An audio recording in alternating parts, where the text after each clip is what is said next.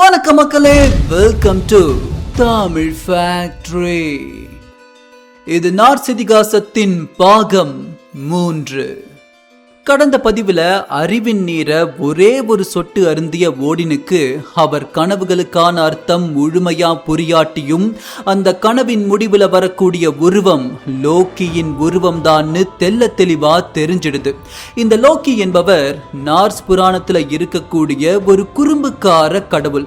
ஆனா மற்ற ஆஸ்கார்ட் கடவுள்கள் மாதிரி இவர் ஒரு கடவுளுக்கு பிறக்கல. மாறா ஜோட்டன்ஹைம்ல இருக்கிற பிரம்மாண்டமான ராட்சதர்களுக்கு இவர் பிறந்தவர். அந்த வழிவந்த லோக்கி ஒரு காலத்துல ஓடினோட சேர்ந்து ரத்த சகோதரன் ஒப்பந்தத்தை செஞ்சுக்கிட்டவர். அதன் காரணமா கடவுள்களோடு சேர்ந்து பயணம் பண்ணிக்கிட்டு இருக்காரு. ஆனா இவருடைய குறும்புக்கார குணாதிசயத்தால கடவுள்களுக்கு பெரும்பாலும் தொந்தரவு தான் நிறைய இருந்துச்சு. இந்த கெட்ட கனவுகளுக்கு அப்புறம் இந்த பிரபஞ்சத்தையே அழிக்கக்கூடிய ஏதோ ஒரு மிகப்பெரிய விஷயத்துல லோக்கி தலையிட்டு இருக்கான்னு புரிஞ்சுக்கிட்ட ஓடின் வேக வேகமா லோக்கிய பார்க்க மிமிர் கிட்ட இருந்து விடை பெற்று கிளம்பி போனாரு.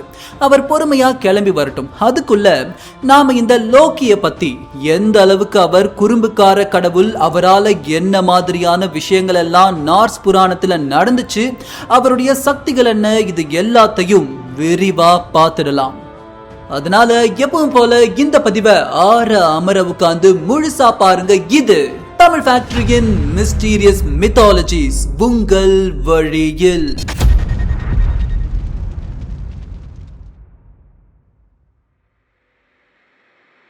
ஆஸ்கார்டில் அது ஒரு அழகான வசந்த காலம். பனித்துளிகள் பசும்புல்லின் மேல் மெதுவாக வழியும் நேரம். இரவு தன் போர்வையை மெல்ல ஆஸ்கார்டின் மேல் போர்த்தி கொண்டிருந்தது. அந்த ரம்யமான இரவில் தங்க பஞ்சனையில் ஒரு அழகி மெல்ல தன் இமைகளை மூடினாள். அந்த ஆஸ்கார்டில் பலம், ஆயுள், செழிப்பு ஆகிய அனைத்தின் அடையாளமாக அந்த பெண்தான் இருந்தாள். அவள்தான் தாரின் மனைவியும் பெண் கடவுளுமான சிஃப். அவளின் தங்க கூந்தலுக்கு ஆஸ்கார்டே அடிமை. பரிபூரண நிம்மதியில் ஆழ்ந்த உறக்கத்தில் இருந்தாள் சிஃப். ஆனால் சாளரத்தின் வெளியே ஜன்னல் ஓரத்தில் அவளை எட்டி பார்த்து கொண்டிருந்தது இரு கண்கள்.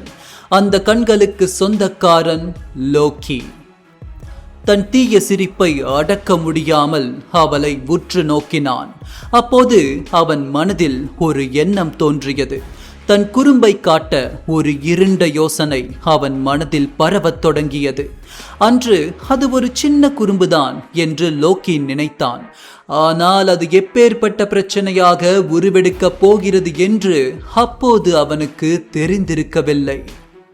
ஒரு நாள் இரவு தார் இல்லாத சமயத்துல தாருடைய மனைவியான சிஃப் தூங்கிக்கிட்டு இருக்கும் போது மெல்ல ஜன்னல் வழியா உள்ள புகுந்தான் லோக்கி. நிழல் போல உள்ள நுழைஞ்சவன் காற்று போல தடயமே இல்லாம சிஃப் கிட்ட போய் நிக்கிறான். அந்த தருணம் அவன் கைகளை நீட்ட ஒரு மந்திரவால் அங்கு வந்து நின்னுச்சு. சிஃப்க்கு கொஞ்சம் கூட தெரியாம அவளுடைய மொத்த தங்க கூந்தலையும் வெட்டி எடுக்கிறான் லோக்கி. கூந்தலை வெட்டும் போது அவனுக்கு அப்படி ஒரு மகா திருப்தி. முடிய வெட்டி எடுத்துக்கிட்டவன் சிரிச்சுக்கிட்டே அங்க இருந்து ஓடி போயிடுறான். அடுத்த நாள் காலை விடிஞ்ச போது சிஃப் கண்ணாடியில தன் முகத்தை போய் பார்க்க அந்த நொடி அவளுடைய அண்ட சராசரமே நொறுங்கி போச்சு. அவ அலறி போனா. தன்னுடைய பிறப்பின் அழகாயிருந்த தங்க கூந்தல் ஒரு மயிர் கூட மிச்சமில்லாம வெட்டப்பட்டிருக்கிறது அவளுக்கு பேரதிர்ச்சியா இருந்துச்சு. இனிமே எந்த முகத்தை வச்சுக்கிட்டு அவ வெளியே போவா? அவளுடைய அலறலை கேட்டு அங்கு வந்து நின்ன தார் அவளுடைய கண்களில் இருந்த அவமானத்தை பார்த்து பெரும் கோபம் கொண்டான். அந்த கோபத்தின் விளைவாக வானில் கருமேகம் உண்டாகி கருமேகத்தை கிழித்து கொண்டு மின்னல்கள் வெட்ட ஆரம்பித்தது. இது லோக்கியின் காரியம்தான் அப்படின்னு கர்ஜித்த தார், லோக்கி நீ எங்கடா இருக்கிறாய் அப்படின்னு உரக்க கத்துனான். தாருக்கு உண்மை தெரிஞ்சு போச்சுன்னு உணர்ந்த லோக்கி தன்னுடைய சூனியக்கார சக்திகளை பயன்படுத்தி ஒரு கழுதையா மாறி ஆஸ்கார்ட் வீதிகள்ல அசை போட்டுக்கிட்டே மெல்ல நடந்து போய்கிட்டு இருந்தான். தாருக்கு லோக்கி இந்த மாதிரி ஏதாச்சும் பண்ணுவான்னு நல்லாவே தெரியும். அதனால பைஃப்ராஸ்ட் பாலத்துக்கு காவலாளியா இருக்கக்கூடிய ஹெய்ம்டால அழைச்சிட்டு வந்தான். ஹெய்ம்டாலுக்கு ஒரு அபூர்வ கண்கள் இருந்துச்சு. அவர் பார்க்கும்போது யாராச்சும் மந்திர சக்தியால வேறு உருவம் எடுத்திருந்தாங்கன்னா அவங்களுடைய உண்மையான உருவம் அந்த கண்கள்ல தெரியும். ஹெய்ம்டால பார்க்கும்போது முட்டி போட்டு லோக்கி நடந்து போய்கிட்டு இருந்தான். உடனே தாரை கூப்பிட்டு அடையாளம் காட்ட அந்த கழுதைய மரண உதைத்தான் தார். அடுத்த கணம் உண்மை உருவுக்கு மாறின லோக்கி தார் கிட்ட மன்றாடி கேட்டான், எப்படியாவது இந்த பிரச்சனையை நான் சரி பண்றேன், எனக்கு ஒரே ஒரு வாய்ப்பு கொடுன்னு லோக்கி கேட்க அதுக்கு தார் சொல்றான், நாளை காலை மீண்டும் என் மனைவி தூங்கி எழுவாள். அப்போது அவளுடைய தலையில் அவளுடைய கூந்தல் இருக்க வேண்டும். அப்படி இல்லை என்றால் உன்னுடைய உடலில் உன் உயிர் இருக்காது அப்படின்னு சொல்லிட்டு கோபத்தோட போயிடுறான் தார். எப்படியாவது இந்த பிரச்சனையை தீர்க்கணும்னு நினைச்ச லோக்கி டார்க் ஸ்பிரிட்ஸும் மந்திர குள்ளர்களும் வாழக்கூடிய நெடுவெளியர் கிரகத்துக்கு போறான். அங்க போய் ஆயுதங்களும் மந்திர பொருட்களும் செய்யக்கூடிய டார்க் சகோதரர்களை போய் பார்க்கிறான் லோக்கி. இந்த குள்ள சகோதரர்களுடைய பெயர் சின்ரி மற்றும் பிராக். அங்க போனவன் அவன் செய்த தவறுகள் எல்லாத்தையும் சொல்லாம கடவுள்களுக்கு சில பரிசுகளை செஞ்சு கொடுக்கணும், அப்படி செய்து கொடுத்தா உங்களுக்கு ஏராளமான தங்கங்கள் கிடைக்கும் அப்படின்னு அவங்களுடைய ஆசையை தூண்டுறான். ஆனா இந்த மந்திர குள்ளர்களுக்கு தங்கம் எல்லாம் ஒரு விஷயமே கிடையாது. இந்த குள்ளர்களுக்கு இறந்து போன மற்றொரு சகோதரன் இருந்தான். அவனை உயிரோடு கொண்டு வர்றதுக்கு ஒரு சக்தி வாய்ந்த சூனியக்காரனுடைய தலை தேவையா இருந்துச்சு. நீ கேட்டதை நாங்க செஞ்சு கொடுக்கிறோம், ஆனா அதுக்கு பதிலா உன்னுடைய தலைய நீ எங்களுக்கு கொடுக்கணும் அப்படின்னு அந்த குள்ளர்கள் சொல்றாங்க. வேற வழி இல்லாம இதுக்கு ஒத்துக்கிறான் லோக்கி. முதல்ல தங்கத்தை உருக்கி எடுத்தவங்க சில மந்திரங்களை சொல்லி யக்drasil மரத்துடைய சில இலைகளை அதோட கலந்து அதை ஒரு கண்ணாடி ஜாடிக்குள்ள ஊத்துனாங்க. அடுத்த கணம் உருகி இருந்த தங்கத்துல இருந்து தங்க இழைகள் மாதிரி முடிகள் முளைக்க ஆரம்பிச்சது. இந்த ஜாடிக்குள்ள இருக்கிற தங்கம் கெட்டியாகாது. இதை அப்படியே எடுத்துட்டு போய் சிஃபோட தலையில ஊத்துனா மீண்டும் அவ இழந்த கூந்தல் அவளுக்கு அப்படியே கிடைக்கும்னு சொல்றாங்க. இதைத் தொடர்ந்து ஆஸ்கார்ட்லயே மிகவும் பழமையான முதல் தோன்றிய உரு அப்படிங்கிற உலோகத்தை கொண்டு மின்னல் வெட்டினப்போ அதிலிருந்து சேகரிக்கப்பட்ட மின்னல் துளிகளை இணைத்து மேலும் சில மந்திரங்களை சொல்லி அதி சக்தி வாய்ந்த ஒரு சுத்தியலை உருவாக்குறாங்க. இந்த சுத்தியல் மின்னல் சக்தியை கிரகிச்சு அதை பன்மடங்கா பெருக்கி வெளியேற்றும் ஆற்றல் கொண்டது. மேலும் எவ்வளவு தூரம் தூக்கி போட்டாலும் மீண்டும் போட்டவங்க கைக்கே அது திரும்பி வந்து சேரும். மியால்னிர் அப்படின்னு பெயரிடப்பட்ட இந்த சுத்தியலை தாருக்கு பரிசா கொடுக்க சொல்றாங்க. இதைத் தொடர்ந்து பறவையின் இறகுகளை கொண்டு கூடவே சில மந்திரங்களை சேர்த்து ஒரு அற்புதமான ஈட்டிய உருவாக்குறாங்க. இந்த ஈட்டிய ஓடினுக்கு பரிசளிக்கலாம்னு சொல்றாங்க. இப்படி அதிசக்தி வாய்ந்த ஆயுதங்களை உருவாக்கிக்கிட்டு ஓடினுடைய அரசவைக்கு லோக்கியும் அந்த குள்ளர்களும் வராங்க. அரசவையில முக்காடு போட்டு அமர்ந்திருந்த சிஃபோட தலையில கொண்டு வந்த தங்க திரவத்தை ஊத்த மீண்டும் அவங்க கூந்தல் வளர்ந்து பழைய நிலைமைக்கு திரும்பிச்சு. அதைத் தொடர்ந்து தாருக்கும் ஓடினுக்கும் அந்த மந்திர ஆயுதங்களை பரிசா கொடுக்கறாங்க. இதனால கோபம் குறைந்த தார் லோக்கிய மன்னிக்கிறாரு. ஆனா இந்த குள்ளர்கள் சும்மா இல்ல, அந்த அரசவையிலேயே லோக்கியுடைய தலைய வெட்டி கொடுக்குமாறு கேக்குறாங்க. லோக்கியும் முன்னேறி வந்து தலை குனிஞ்சு நிற்க இந்த குள்ளர்களும் ஒரே வெட்டா வெட்டி லோக்கியுடைய தலையை எடுத்துக்கிட்டு போயிடுறாங்க. அதன் பிறகு அந்த அரங்கத்துல பேரமைதி. யாருமே எதுவுமே பேசல. ஒரு சில பேர் லோக்கி இறந்ததை நினைச்சு ரொம்ப வருத்தப்பட்டாங்க. கொஞ்ச நேரம் கழிச்சு எதுவுமே நடக்காத மாதிரி அரசவைக்குள்ள நுழைஞ்சாரு லோக்கி.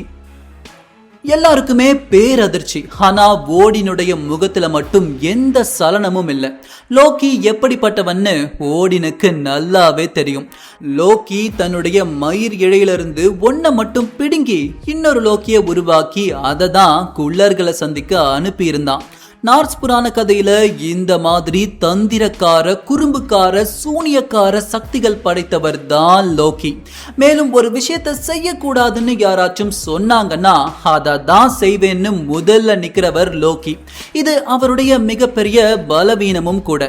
இந்த மாதிரி லோக்கி செய்த இன்னொரு சம்பவத்துல லோக்கி ஒரு குதிரைய வயித்துல சுமந்து பெத்தெடுக்கிற நிலைமையே வந்துடுது.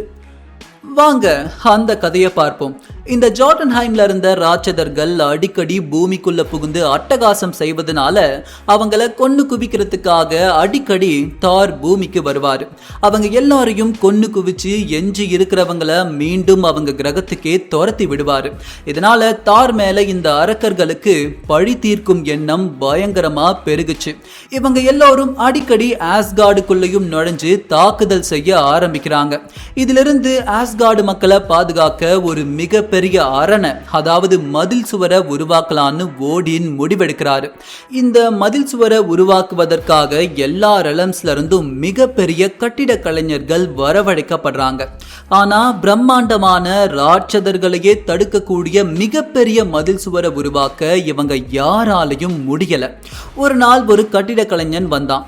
ஆஸ்கார்டுக்கு வந்தவன், என்னால இந்த சுவரை கட்டி கொடுக்க முடியும், ஆனா குறிச்ச நேரத்துக்குள்ள இந்த சுவரை கட்டி முடிச்சிட்டா எனக்கு ஆஸ்கார்ட் பெண் தெய்வமான ஃப்ரேயாவை பரிசா கொடுக்கணும்னு ஒரு மிகப்பெரிய நிபந்தனையை எடுத்து வைக்கிறான்.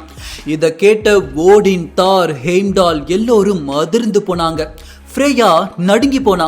இவனை இப்பவே அனுப்பிடுங்கன்னு கூச்சல் போட்டா. அந்த தருணம் அனைவருக்கும் நடுவில் வந்து நின்னாரு கபடத்தின் நாயகன், முடிவில்லா கூர்மையான யோசனைகளின் அரசன் லோக்கி.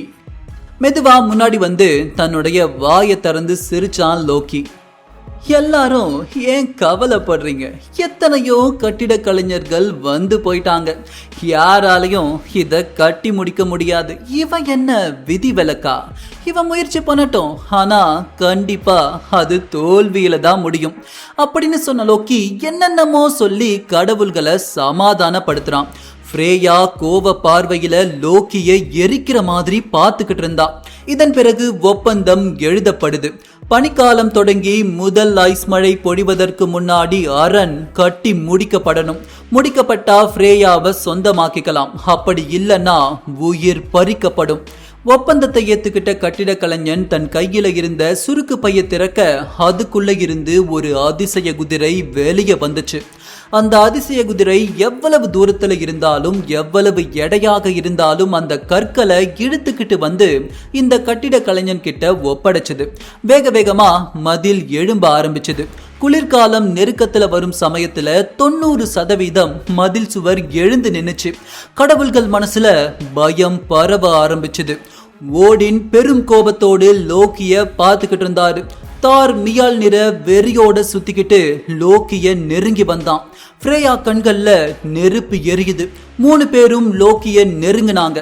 நீதான் இந்த ஒப்பந்தத்துக்கு காரணம், நீதான் இதை சரி செய்யணும் அப்படின்னு கோபத்தோட சொல்றாங்க. லோக்கி கொஞ்சம் பயந்தாரு. இருந்தாலும் ஒரு தந்திரக்கார திட்டத்தை வகுத்தாரு.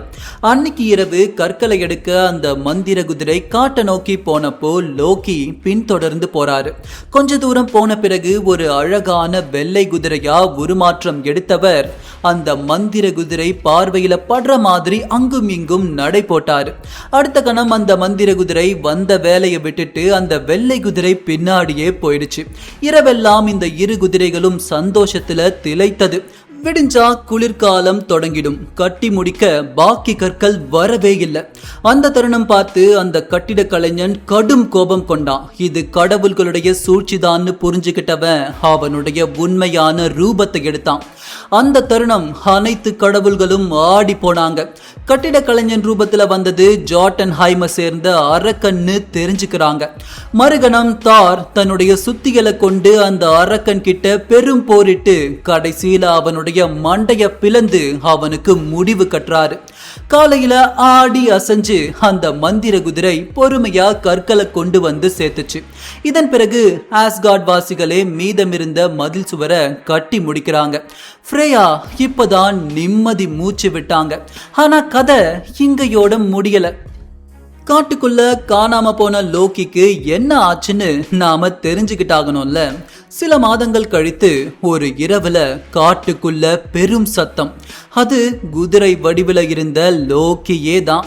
மந்திர குதிரையோடு புணர்ந்ததால அந்த வடிவத்தில இருந்து அவரால வெளியே வர முடியல. காரணம், மந்திர குதிரையின் வாரிசு குதிரை வடிவில இருந்த லோக்கியின் வயிற்றுல வளர ஆரம்பிச்சிருந்துச்சு.